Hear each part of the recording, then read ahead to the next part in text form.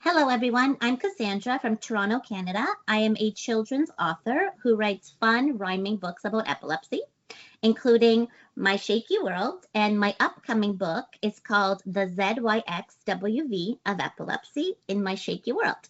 And that book is a backwards alphabet book, all definitions about epilepsy, really cute and rhyming and educational. So I was diagnosed with epilepsy very early. I was just 5 weeks old. My first seizure happened while I was being breastfed, and it caused me to choke on my mother's milk. That terrifying moment at home led to a very confusing diagnostic process that took a lot of time. So my seizures didn't look typical. There was no jerking or shaking. Instead, I would go completely still, turn gray blue, and appear as though I wasn't breathing at all. I wasn't moving, just silently turning blue all around my mouth. So after extensive testing, doctors determined that my seizures were caused by a lesion in my left temporal lobe. And at that time, medication was able to control my seizures. When I was about a year and a half old, I was referred to a neurosurgeon who initially suspected that I actually had a brain tumor. It was later confirmed to be just the lesion triggering my seizures, but surgery was considered way too high risk at that age. So as I grew older, especially in my early teens, my symptoms all returned and were misdiagnosed multiple times, adding another layer of confusion and challenges. Growing up with epilepsy meant that awareness, safety, advocacy were always part of my life.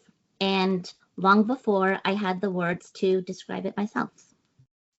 So, my experience with epilepsy has been extremely complex and evolving. So, as a young child, my seizures were well controlled with all my medication. And for a time, it felt manageable. However, during puberty, that's when my seizures all returned in a different form and they were unrecognized for such a long time. So, because of that, my symptoms were misdiagnosed, and every doctor said that I have anxiety and OCD. So, that period was so challenging, not only medically, but emotionally, because when epilepsy isn't correctly identified, it really left me feeling misunderstood, and I was so unsupported. And so eventually receiving the correct diagnosis, it brought me clarity and validation. And it definitely reinforced for me just how important awareness and careful listening and an accurate diagnosis like really is. Definitely. So, like many people living with epilepsy, I've encountered stigma, misconceptions, most often rooted in misunderstanding. Epilepsy is still frequently associated with only one type of seizure. But when someone's experiencing a different fit, that narrows the image. It can be dismissed, misunderstood. And that's actually what motivated me to write My Shaky World in the first place. I want kids and even teenagers to learn about epilepsy in a way that's fun, feels safe, and approachable through rhymes, knock knock jokes, storytelling, rather than being so afraid or confused. So, when education is engaging and definitely age appropriate, it really helps reduce stigma early and it gives young people the confidence to understand epilepsy and just talk about it much more openly and even fun, like doesn't have to be so scary. So after my brain surgery, I went right into telling my family that little kids need an epilepsy book that, yes, teaches them like scientific facts about epilepsy, but in such a fun way. So I thought, first of all, after my left temporal lobe surgery, I could not stop rhyming. So I thought, why not make the book rhyme? And my partner, actor Ellie Ray Hennessy, and I were talking about let's do like knock knock jokes, and every single word has to rhyme. After that book, we are now finishing and will be released next month our second book, The ZYXWV of Epilepsy, which is exactly the same characters from book one, also all rhyming, and they are scientific definitions, but adorable little sentences that are really fun, but still really accurate. And yeah, they're just really learning and cute. So medications played a really important role in my life, but they were not enough to control anything on their own.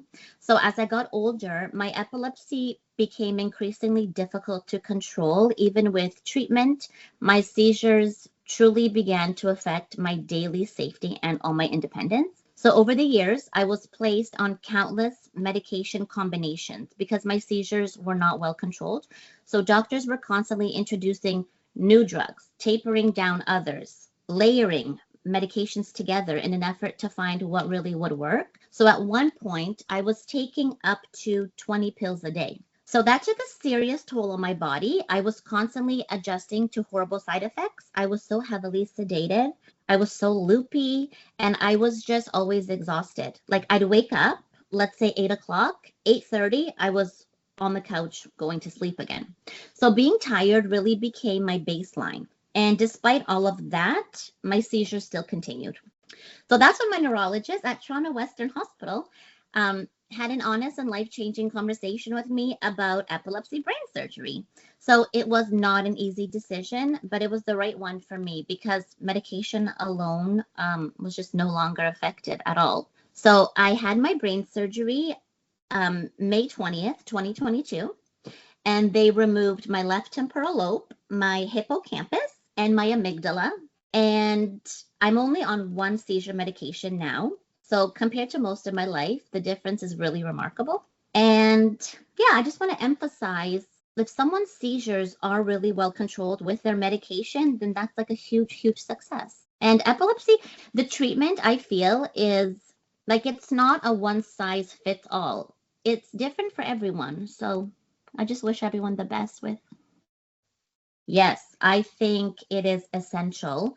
Epilepsy is not a one size fits all condition, and research is what actually allows treatments to evolve and diagnosis to become more accurate and options to expand for people whose seizures are not well controlled. So, research and awareness play a critical role in reducing stigma. Like when we understand epilepsy better, fear, misinformation are replaced with knowledge and compassion. My own journey shows how life-changing progress can be, from medication advances to surgical options to longer-term outcomes.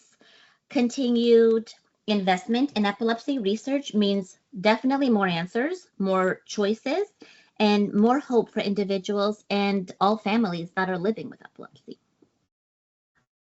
So I wish people understood that epilepsy is not a single experience.